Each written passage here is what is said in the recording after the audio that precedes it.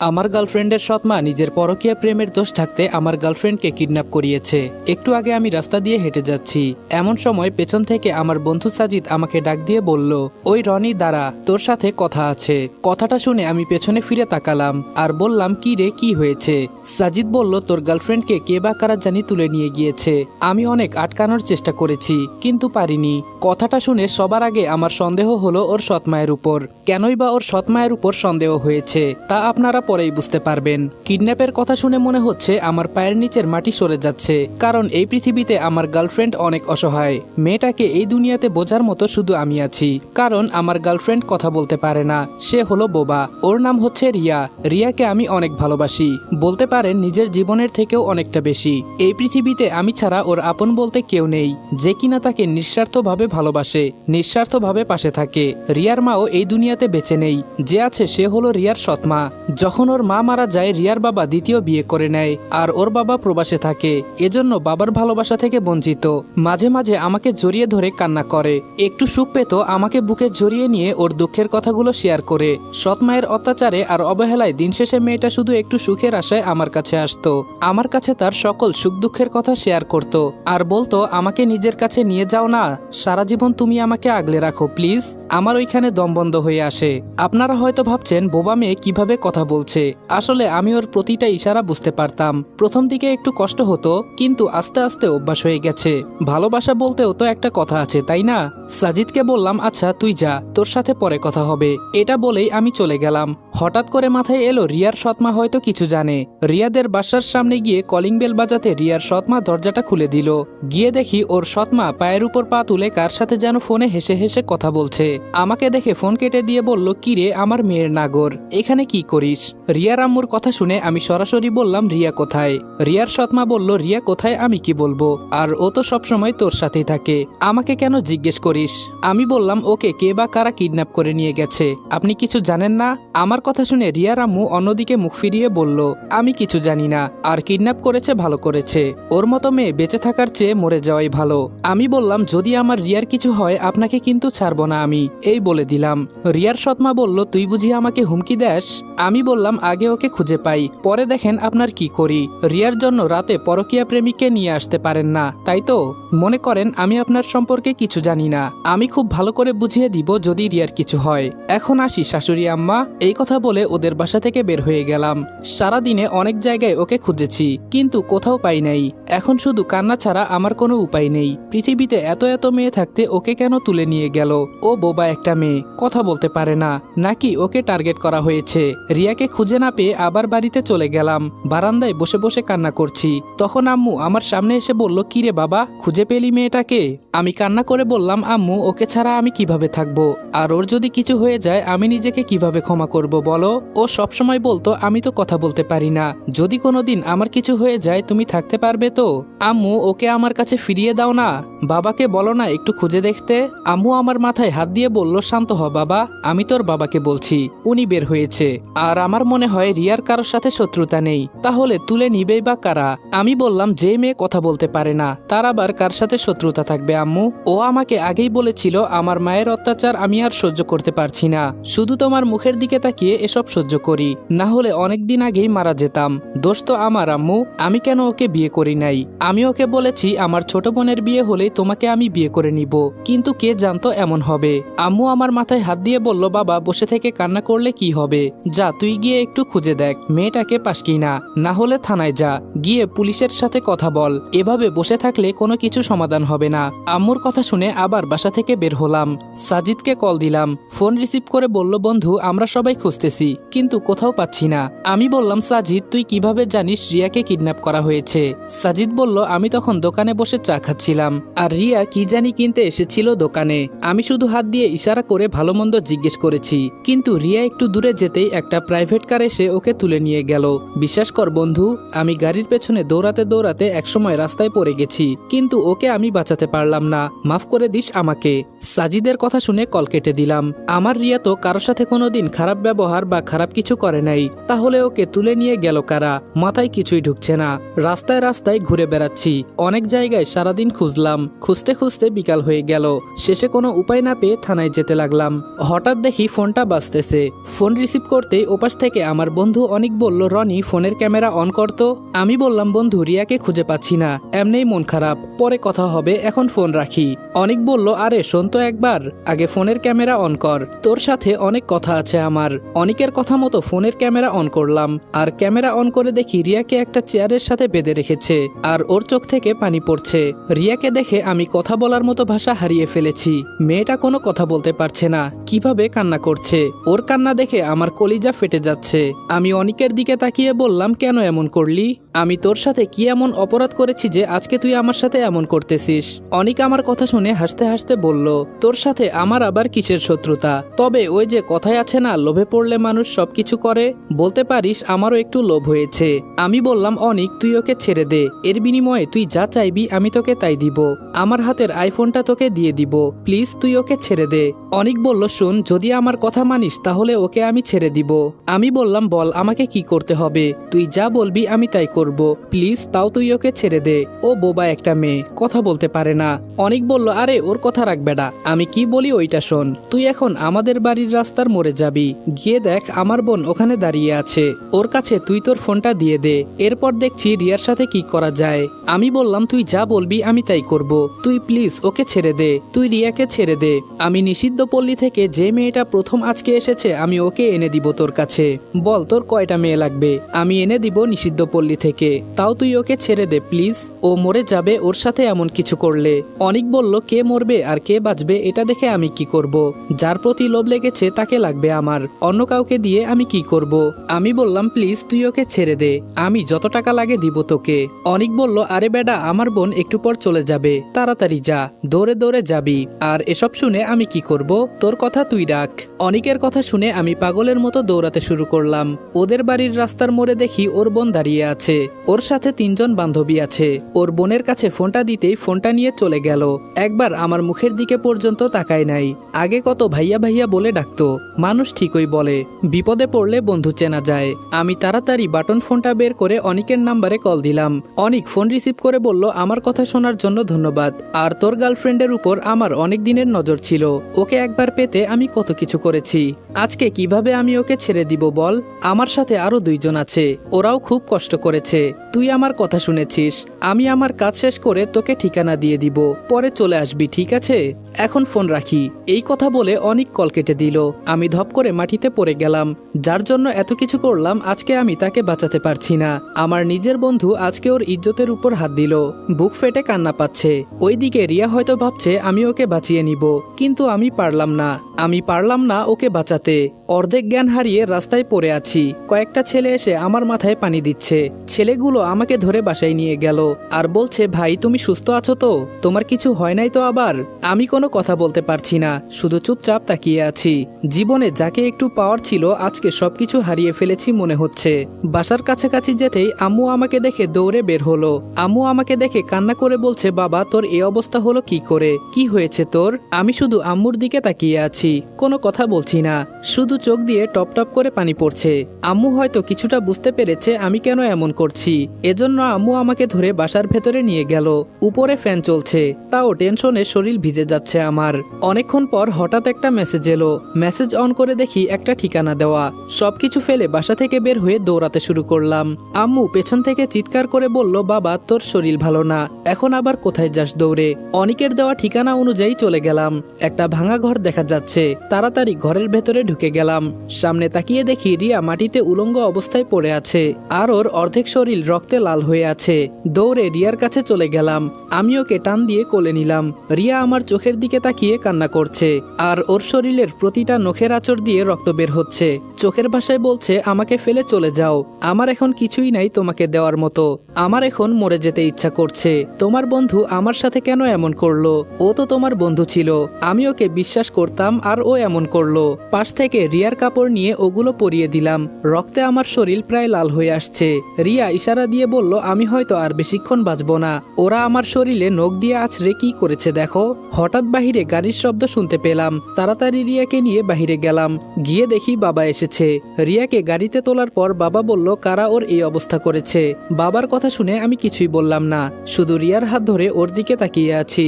হাসপাতালে গিয়ে ওকে কোলে করে ভেতরে নিয়ে গেলাম। ভেতরে নিয়ে যাওয়ার কিছুক্ষণ পর ডাক্তার বলল, ওর নাকি রক্ত লাগবে।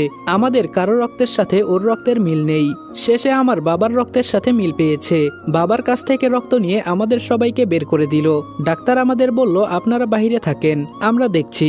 হাসপাতালে সবাই এসেছে। আম্মু তো আমার মাথায় হাত দিয়ে শুধু বলছে, কান্না করিস না বাবা, যা হয়েছে তার জন্য কান্না করলে কি সব ঠিক হয়ে যাবে? পরে এই বিষয়ে কথা বলবো, এখন রিয়া একটু সুস্থ হোক। এর মাঝে সাজিদ বলল, রনি, কে বা কারা এমন করেছে, জানতে পারলি কিছু? আমি চোখের পানি ছেড়ে দিয়ে বললাম, সেদিন আমার আম্মু নিজ হাতে বিরিয়ানি রান্না করে আমার সব বন্ধুদের খাওয়ালো। সেই বন্ধু ওর সাথে এমনটা করতে পারলো?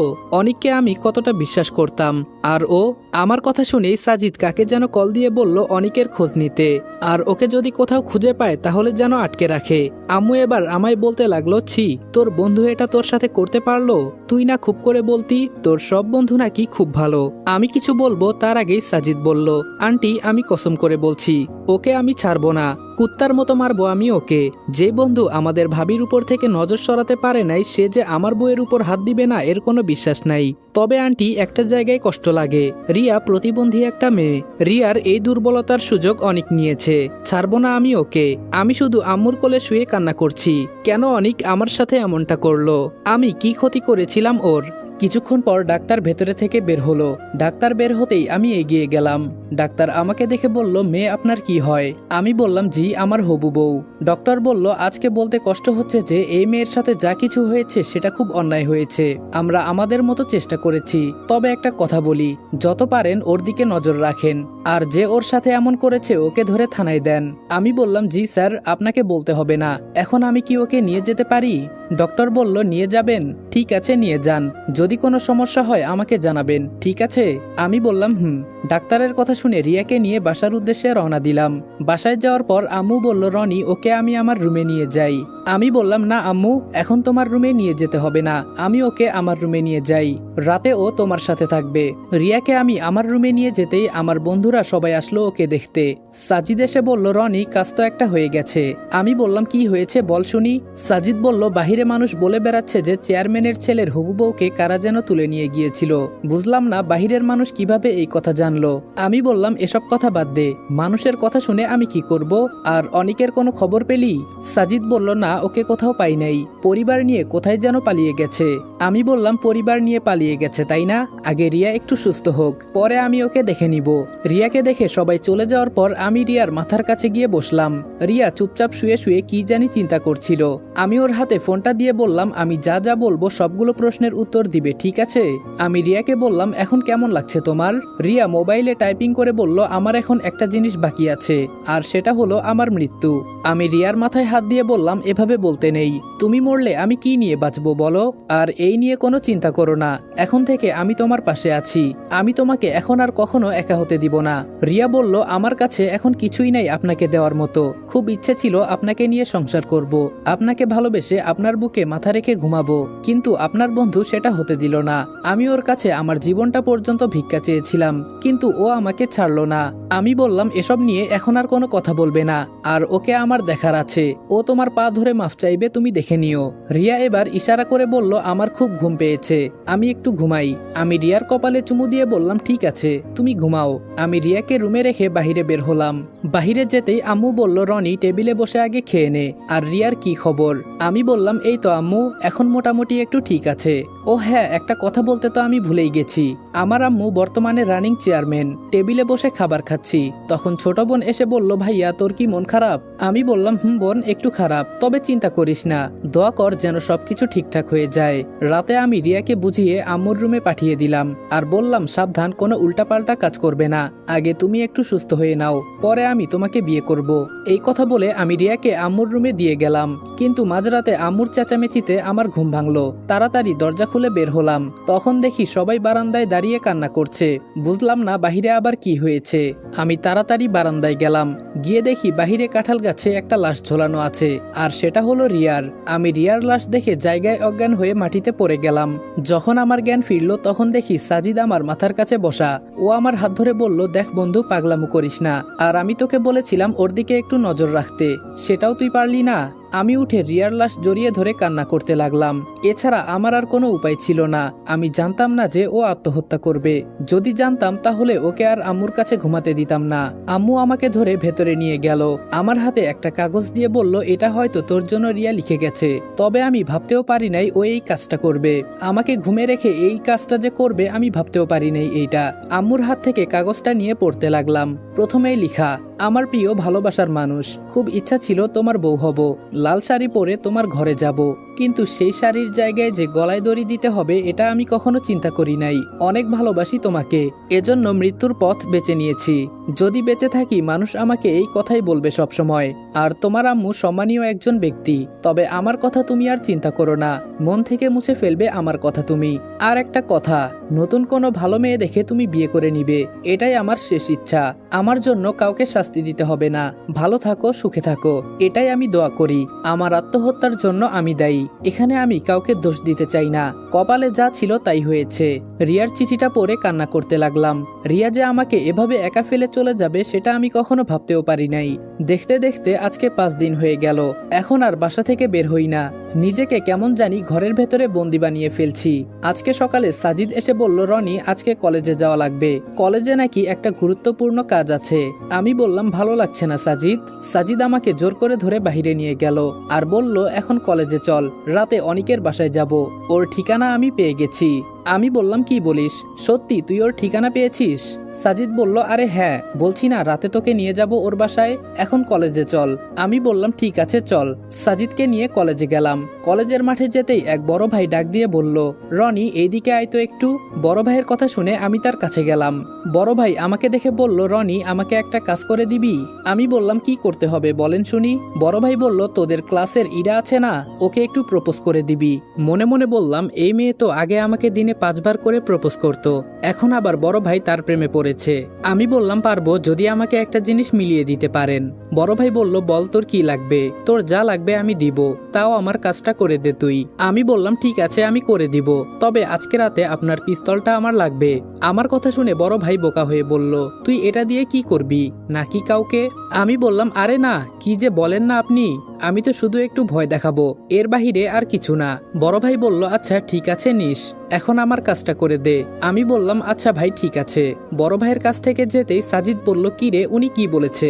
আমি বললাম, কি আর বলবে, বলেছে ইরাকে নাকি পছন্দ উনার। সাজিদ আমার কথা শুনে হাসতে হাসতে বলল, যে মেয়ে তোর পেছনে ঘোরে তাকে উনার পছন্দ, বাহ। আমি বললাম, আরে আমি উনার কাজ করে দিব, এর বিনিময়ে আমিও কিছু নিব উনার কাছ থেকে। এখন বল ইরাকে কোথায় পাবো?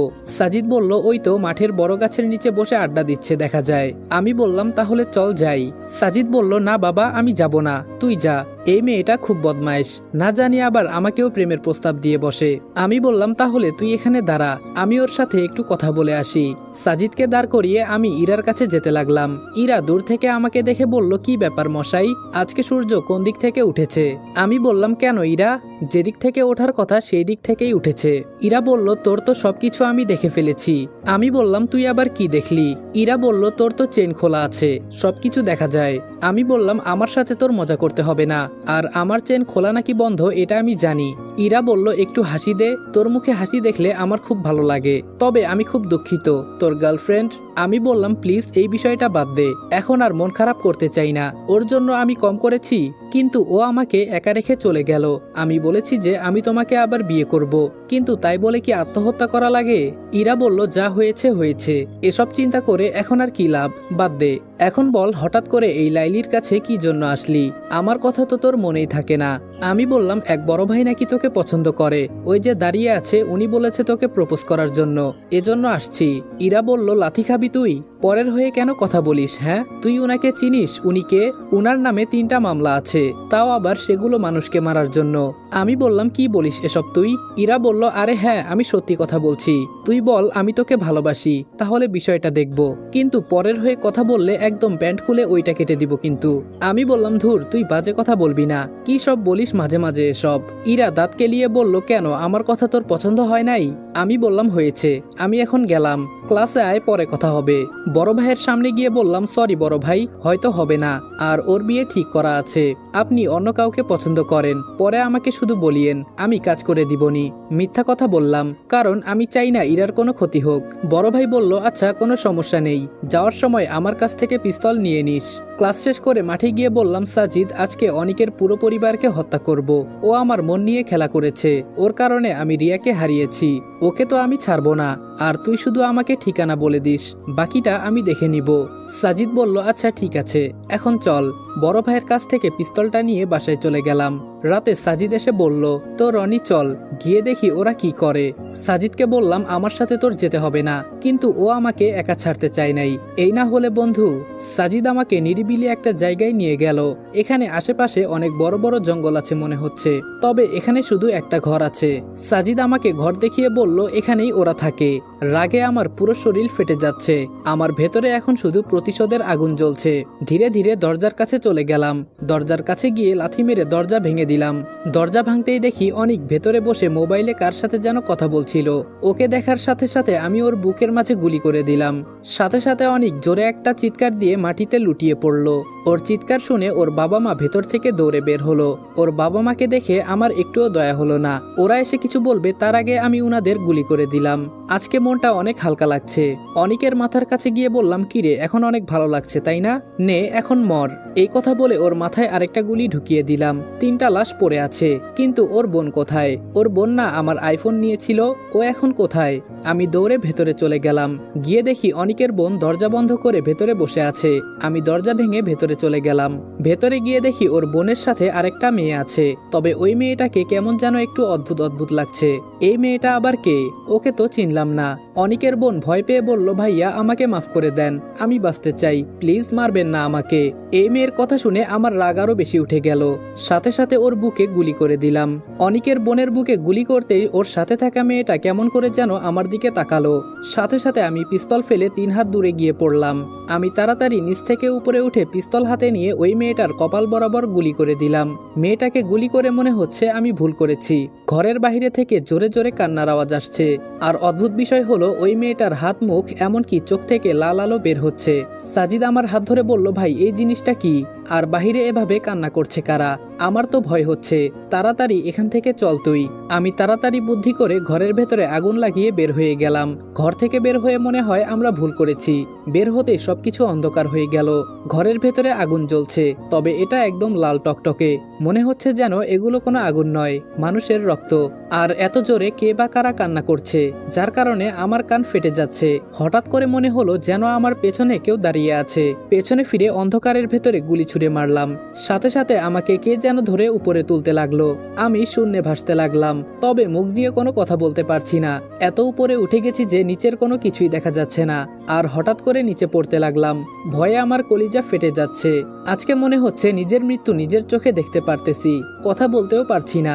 মনে হচ্ছে কে যেন গলা চেপে ধরে আছে। মাটিতে পড়ে অজ্ঞান হয়ে গেলাম। হয়তো আজকে আমার মৃত্যু হবে। তবে যখন আমার জ্ঞান ফিরল তখন দেখি আমি আমার রুমে শুয়ে আছি। কিন্তু আমি এখানে কিভাবে আসলাম? আমি না উপর থেকে নিচে পড়েছিলাম? তাহলে বেঁচে গেলাম কিভাবে? আর এখন তো দেখা যাচ্ছে আবার সকাল হয়ে গেছে। কি থেকে কি হয়ে গেল আমার তো মাথায় কাজ করছে না। ফ্রেশ হয়ে রুম থেকে বের হতেই আম্মু বলল রনি টেবিলে বস, আমি নাস্তা দিচ্ছি। আমি গিয়ে টেবিলে বসতেই আমার ছোট বোন এসে আমার পাশে বসলো। আমি আমার ছোট বোনকে জিজ্ঞেস করলাম আচ্ছা রাতে কি তুই আমার রুমে গিয়েছিলি? আমার ছোট বোন বলল, না ভাইয়া, কেন? আমি মাথায় হাত দিয়ে বললাম, আমি কি স্বপ্ন দেখেছি নাকি সবকিছু বাস্তবে হয়েছে? আমার তো কিছুই মাথায় আসছে না। আর বিশেষ করে একটা মানুষের শরীর থেকে এভাবে লাল আলো জ্বলবে না।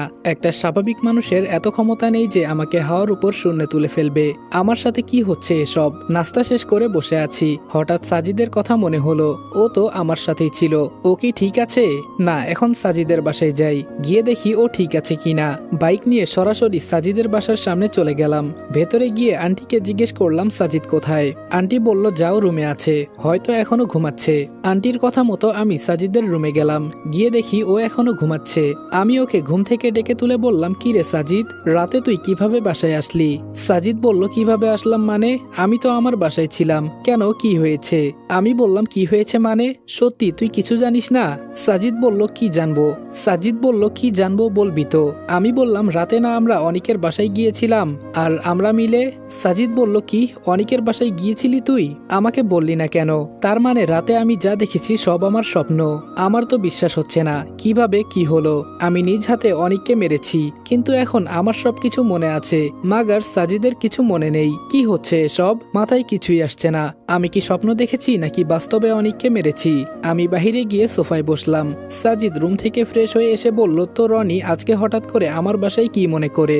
সাজিদের কথার উত্তর দিব তখন টিভিতে একটা নিউজ আসলো, জঙ্গলের ভেতরে একটা বাড়িতে আগুন লেগেছে, তবে ওখানে 4টা লাশ পাওয়া গেছে। লাশগুলো এখনো চিহ্নিত করা যাচ্ছে না, আগুনে পুড়ে সবকিছু ছাই হয়ে গেছে। নিউজ দেখে সাজিদ বলল, জঙ্গলে আবার আজকাল আগুন লাগে কিভাবে? কি, আর এখানে আবার মানুষ থাকে কিভাবে?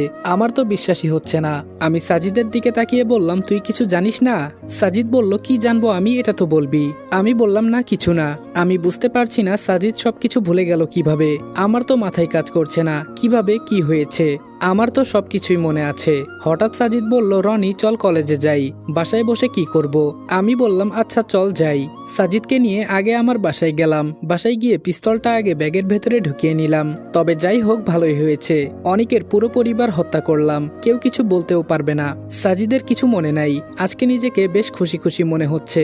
আমি আমার গার্লফ্রেন্ড হত্যার প্রতিশোধ নিতে পেরেছি। তবে আফসোস, আজকে রিয়া আমার সাথে নেই। ওকে হারিয়ে মনে হয়েছিল যে আমি সবকিছু হারিয়ে ফেলেছি। তবে ওর শেষ কথাটুকু আমি রাখবো। ও বলেছিল, আমি ভালো কাউকে দেখে বিয়ে করে নেই।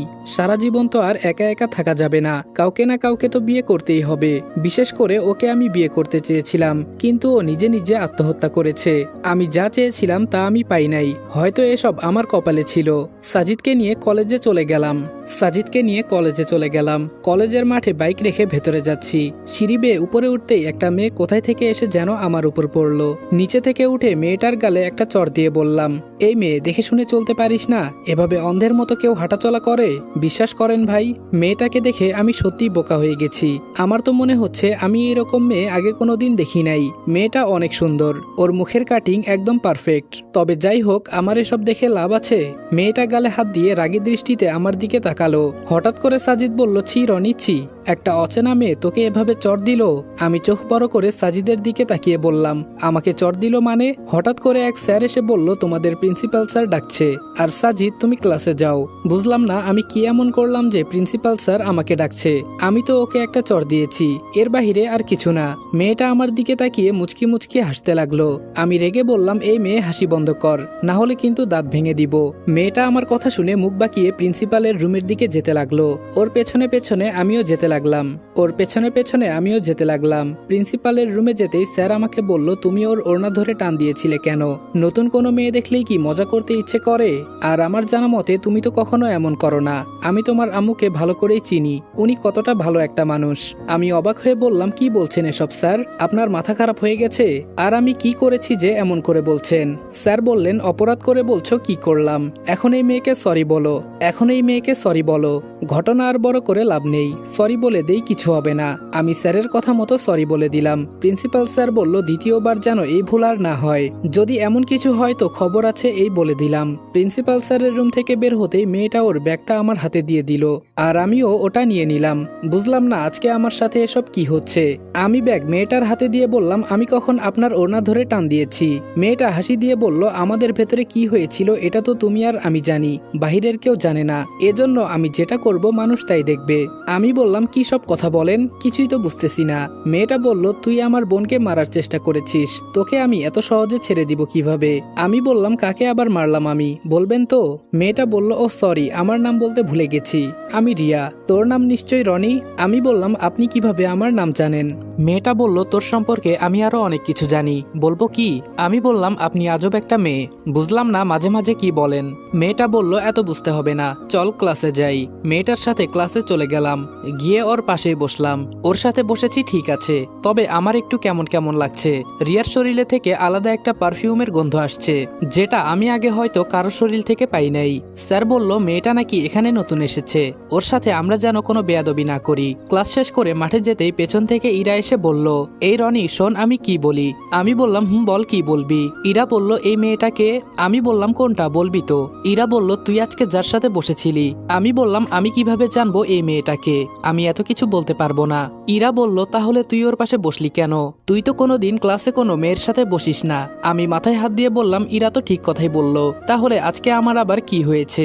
ইদানিং মনে হচ্ছে যেন আমার মাথাটা গেছে, কি থেকে যে মাঝে মাঝে কি করি নিজেই বুঝি না। ইরার সাথে আর কোনো কথা বলি নাই, বাইক নিয়ে সরাসরি বাসায় চলে গেলাম। বাসায় গিয়ে বসে আছি, এর মাঝে আম্মু বলল, রনি, একটা মেয়ে আমাদের বাসায় আসবে, কয়েকদিন হয়তো থাকবে এখানে, এরপর চলে যাবে, আসলে একটু সাহায্য করিস কেমন?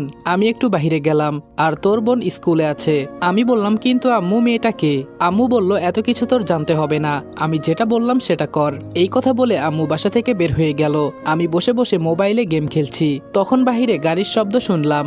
আম্মু বলেছিল একটা মেয়ে আসবে, হয়তো এই মেয়েটাই এসেছে। বাহিরে দেখি রিয়া দাঁড়িয়ে আছে। আমি ওকে দেখে বললাম, আপনি এখানে কি করেন?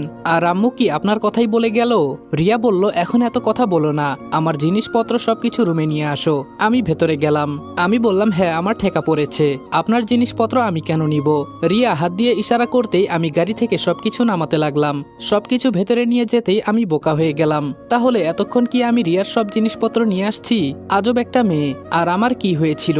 ধুর, এত চিন্তা করতে পারবো না, এখন গিয়ে একটু ঘুমাই। মেয়েটাকে রুম দেখিয়ে আমি আমার রুমে চলে গেলাম। ঘুম ভাঙলো সাজিদের ফোনের শব্দে। আমি ফোন রিসিভ করে বললাম, সাজিদ, বল, কি হয়েছে? সাজিদ বলল, রনি, খবর জানিস? অনিক তো আগুনে পুড়ে মারা গেছে। সকালে আমরা যেই নিউজটা দেখলাম না, ওটা অনিকের লাশ ছিল। আমি বললাম, তোর বলতে হবে না, আমি সবকিছুই জানি। আর এই অনিককে আমি নিজে বলতে গিয়ে আর বললাম না। সাজিদ এত কিছু জানে না, ওকে সবকিছু বলে আর লাভ নেই, না জানাই ভালো মনে করি। ওপাশ থেকে সাজিদ বলল, কি রে রনি, আমি তোকে কি বলছি? আমি বললাম, বাদ দে তো সাজিদ, যা হয়েছে আমি মনে করি বেশ ভালোই হয়েছে। সাজিদ বলল, তবে একটা কথা, আমার কেন জানি মনে হচ্ছে ওকে আমি মারতে দেখেছি। আমি বললাম, আজকে কি নেশা একটু বেশি করেছিস নাকি? সাজিদ বলল, আমাকে নিয়ে মজা করিস তুই? আমি বললাম, আরে মজা করবো কেন, এসব কি বলিস তুই? সাজিদ বলল, আচ্ছা ভাই, তুই ফোন রাখ। আমি কল কেটে রুম থেকে বের হলাম। রুম থেকে বের হতেই দেখি টেবিলে বসে সবাই খাবার খাচ্ছে, আর টেবিলে এত রকমের খাবার সাজানো আছে দেখে তো আমি বোকা হয়ে গেছি।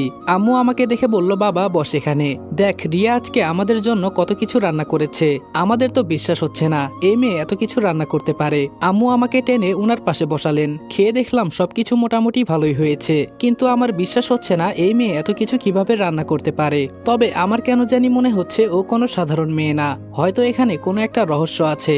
রিয়ার দিকে তাকাতেই ও ইশারা করে বলল, আগে খেয়ে নেন, পরে কথা হবে। আমি খেয়ে দিয়ে রুমে বসে আছি।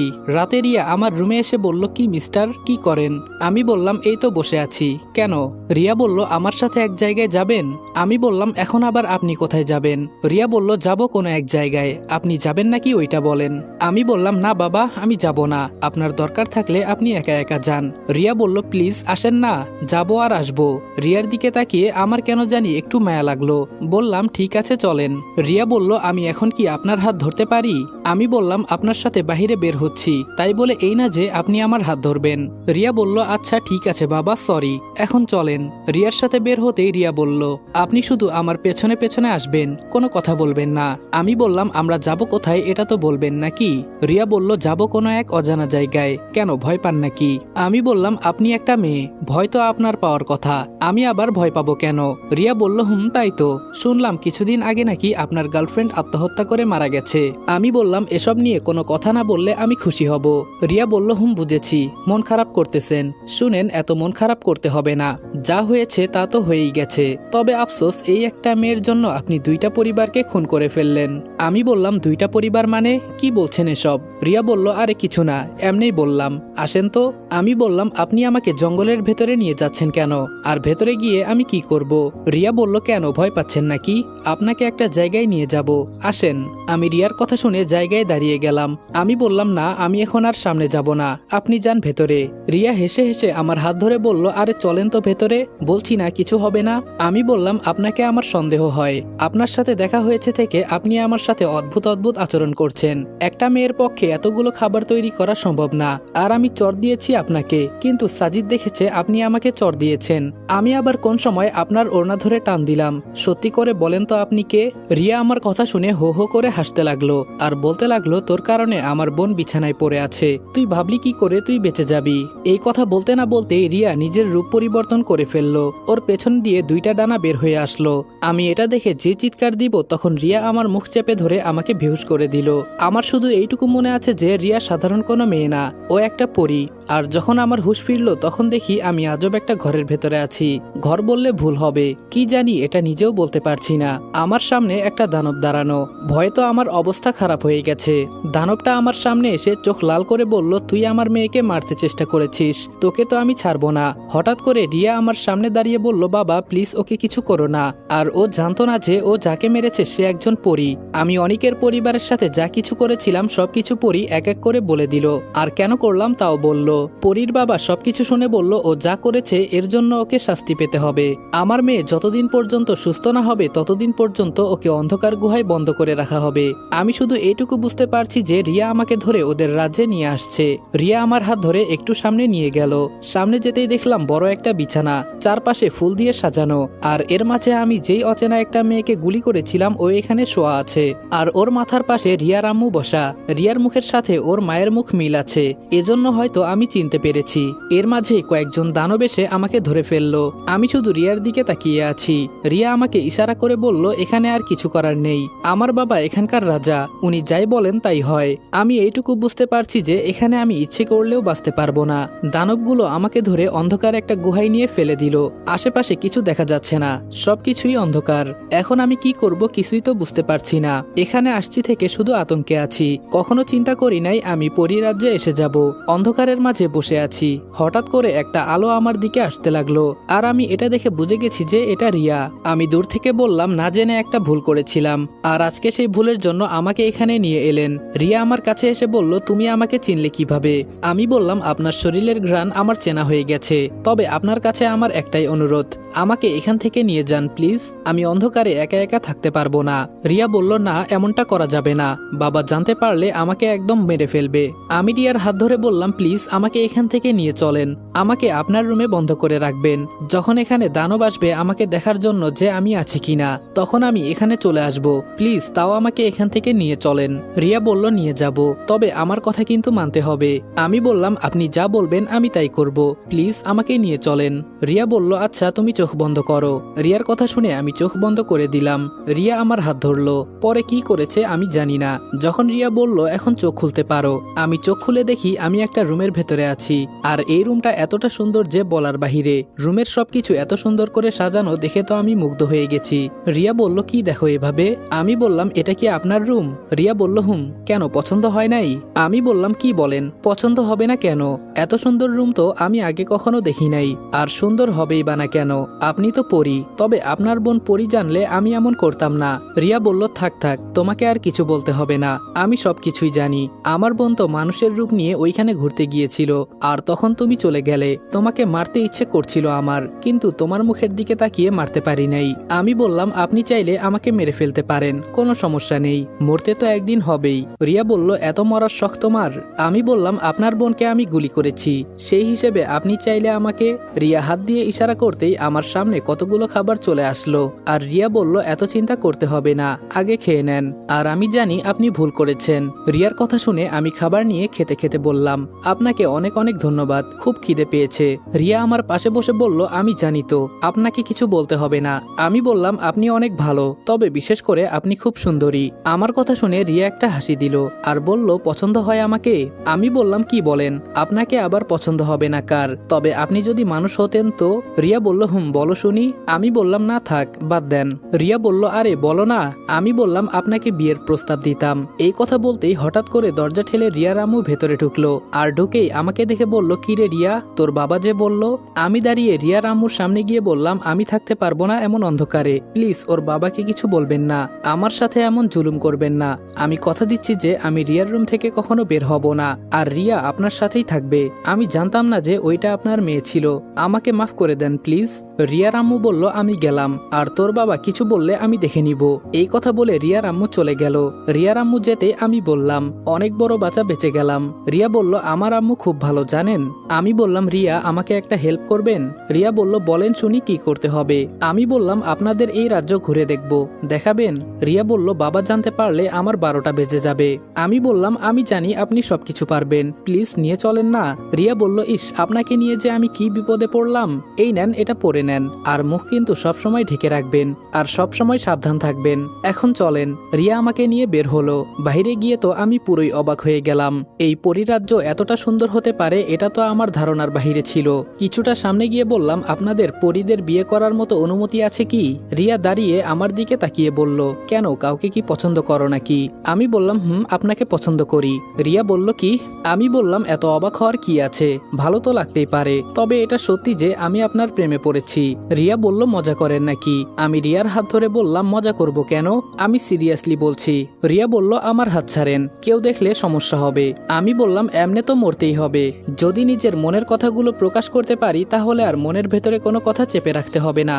রিয়া বলল, 143, এটার মানে কি? আমি বললাম, এর মানে হলো আই লাভ ইউ, আর বাংলাতে আমি আপনাকে ভালোবাসি, সিম্পল একটা শব্দ। রিয়া বলল, আমার বাবা মা মেনে নিবে না। আমি রিয়ার হাত শক্ত করে ধরে বললাম, তার মানে আপনি রাজি আছেন? রিয়ার হাত ছেড়ে দিয়ে খুশিতে নাচতে লাগলাম। রিয়া তো পটে গেছে। রিয়া বলল, কি বলেন এসব উল্টাপাল্টা? আমি বললাম, একটা কিস করব আপনাকে। রিয়া বলল, এখন কিন্তু বেশি হয়ে যাচ্ছে, আমি কিন্তু আপনাকে ফেলে চলে যাব, পরে মজা বুঝবেন। আমি বললাম, আচ্ছা বাবা, সরি, আমার ভুল হয়েছে, এখন কি আমি আপনার হাতটা ধরবো? রিয়া বলল, আগে তো ধরার সময় অনুমতি নিলেন না, এখন আবার অনুমতি নিচ্ছেন কেন? আমি বললাম, আমার মা বাবা তো এখানে আসতে পারবে না, না হলে বলতাম যে বিয়ের প্রস্তাব নিয়ে এখানে আসতে। রিয়া বলল, আমি কিন্তু সাধারণ কোনো মানুষ না, আমি হলাম পরী। আমি বললাম, আপনি যদি খারাপ কিছু করতে চাইতেন তাহলে আগেই পারতেন, আমি জানি। এখন বলেন, এখানে আমি আমার বাবা মাকে কিভাবে নিয়ে আসব? একটা ব্যবস্থা করে দেন না। রিয়া বলল, এত তাড়াতাড়ি করছেন কেন, আমার বোন আগে সুস্থ হোক। আমি বললাম, আমি এত অপেক্ষা করতে পারবো না, অপেক্ষা করে একজনকে হারিয়ে ফেলেছি, এখন আবার আরেকজনকে। রিয়া বলল, থাক, বুঝতে পারছি, আর কিছু বলতে হবে না। আচ্ছা ঠিক আছে, আম্মুর সাথে কথা বলে দেখব। রিয়ার কথা শুনে আমি কতটা খুশি হয়েছি যে বলার বাহিরে। খুশিতে আমি রিয়াকে জড়িয়ে ধরলাম। আজকে এই প্রথম কাউকে জড়িয়ে ধরলাম, তাও আবার পরি। মনের ভেতরে কেমন যেন একটা ফিলিংস কাজ করছে। রিয়া আমাকে ছাড়িয়ে বলল, এত খুশি হবার দরকার নেই, এমনও তো হতে পারে যে আমার মন পরিবর্তন হয়ে যেতে পারে। আমি বললাম, যান, আমি আর আপনার সাথে কথা বলবো না, নিজেকে একটু খুশি খুশি লাগছিল। দিলেন তো সবকিছু শেষ করে। রিয়া বলল, ওরে বাবা, এত রেগে গেছেন আপনি? আমি বললাম, অনেক ঘুরেছি, এখন বাসায় নিয়ে চলেন, এখন আর ভালো লাগছে না।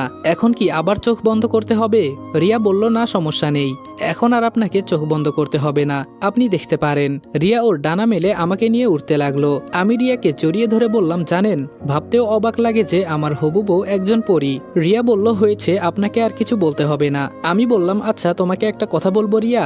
রিয়া বলল, বলো শুনি। আমি বললাম, আমি আপনার বোনকে গুলি করেছি, যদি ইচ্ছা করতেন তো আপনি আমাকে ওই প্রথম দেখায় মেরে ফেলতে পারতেন। রিয়া বলল, মারতে পারতাম, তবে প্রথম দেখায় যে কাউকে এতটা ভালো লেগে যাবে আশা করি নাই, এজন্য ভাবলাম আমার বোন তো বেঁচে আছে, আর মানুষ তো ভুল করতেই পারে, এজন্য মাফ করে একটা সুযোগ দেই ভালো হবার। আমি বললাম, আপনাকে তো ইয়ে করা দরকার এখন। রিয়া বলল, এই ইয়েটা আবার কি? আমি বললাম, কিছু না, এখন তাড়াতাড়ি চলেন। রিয়া বলল, ফেলে দিব কি নিচে? আমি বললাম, আপনার উপর আমার বিশ্বাস আছে, আপনি আমাকে নিচে ফেলবেন না। রিয়া আর কিছু না বলে ও আমাকে ওর বাসায় নিয়ে গেল। বাসায় যাওয়ার পর রিয়া বলল, তুমি থাকো, আর সাবধান, বাসা থেকে বের হবার দরকার নেই, আমি একটু বাবার সাথে দেখা করে আসি। আমি বললাম, আমার বাবা মাকে আনার কথা কিন্তু মনে করে বলবেন। রিয়া বলল, এত তাড়াতাড়ি সবকিছু হয় না, একটু ধৈর্য ধরেন। এই কথা বলে রিয়া চলে গেল। যাক, শেষমেশ রিয়াও আমার প্রেমে পড়েছে।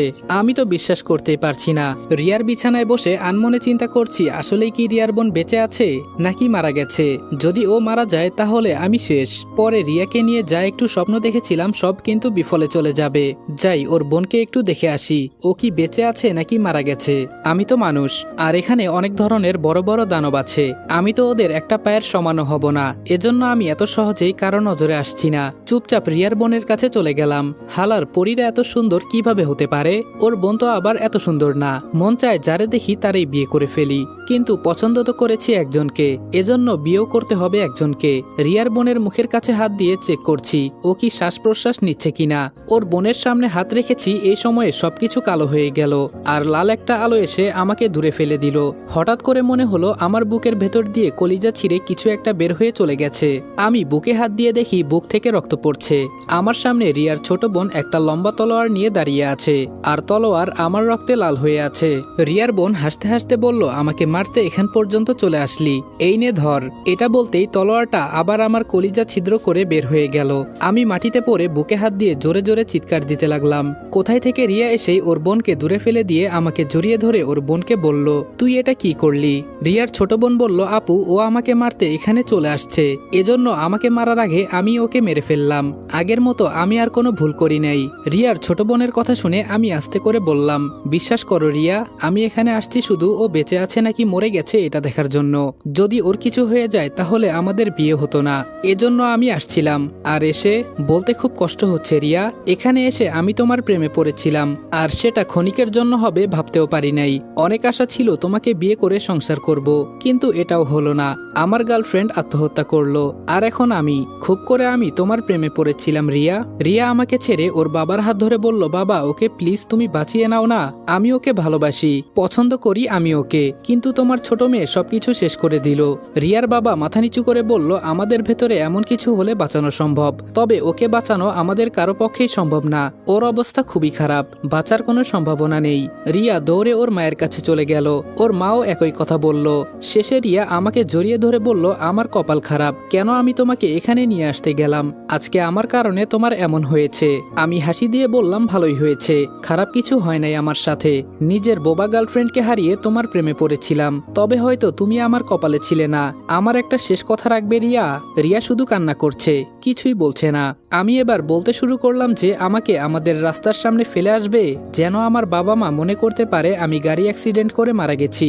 রিয়ার ছোট বোন দূরে দাঁড়িয়ে বলল, আমি জানতাম না আপনি এখানে। আমি বললাম, কপালে লেখা ছিল এজন্য এমন হয়েছে, সুখ সবার কপালে লেখা থাকে না। রিয়া আমার কথা তো মনে রাখবে, ভুলে যাবে না তো আমাকে? রিয়া আমাকে জড়িয়ে ধরে কান্না করছে আর বলছে, আমার ক্ষমতা থাকলে আমি আবার তোমাকে ফিরিয়ে আনতাম, অনেক ভালোবেসে ফেলেছি তোমাকে। আমি বললাম, এভাবে বলিও না, আমার হয়তো দোষ ছিল যে কেন আমি তোমার প্রেমে পড়েছিলাম। জানো রিয়া, আমার অনেক কষ্ট হচ্ছে, খুব করে বাঁচতে ইচ্ছে করছে, কিন্তু পারবো না, আমাকে আমার গার্লফ্রেন্ডের পাশে কবর দিও। রিয়া বলল, প্লিজ তুমি চোখ বন্ধ করো না, দুনিয়ার সবকিছু খুঁজে হলেও আমি তোমাকে ভালো করব, প্লিজ চোখ খোলা রাখো। কিন্তু আমি আর চোখ খোলা রাখতে পারলাম না, হয়তো আমার মৃত্যু হয়ে গেছে আজকে। কিছু কিছু ভালোবাসা এভাবেই হারিয়ে যায়, নীরবে শুধু একজনই কষ্ট পায়। সবাই ভালো থাকবেন, সুস্থ থাকবেন, আর ভিডিওটা ভালো লাগলে অবশ্যই লাইক, কমেন্ট এবং শেয়ার করে দিবেন। আর যদি ইউটিউব চ্যানেল থেকে দেখে থাকেন তাহলে চ্যানেলটা সাবস্ক্রাইব করে দিবেন। যদি ফেসবুক পেজ থেকে দেখে থাকেন তাহলে অবশ্যই পেজটা ফলো করে দিবেন। আর ইনশাআল্লাহ মায়ের মৃত্যু গল্পের সিজন 2 আগামীকাল আপলোড করা হবে। তো দেখা হচ্ছে মায়ের মৃত্যু গল্পের সিজন 2-তে। ততক্ষণ ভালো থাকবা, সুস্থ থাকবা, আল্লাহ হাফেজ।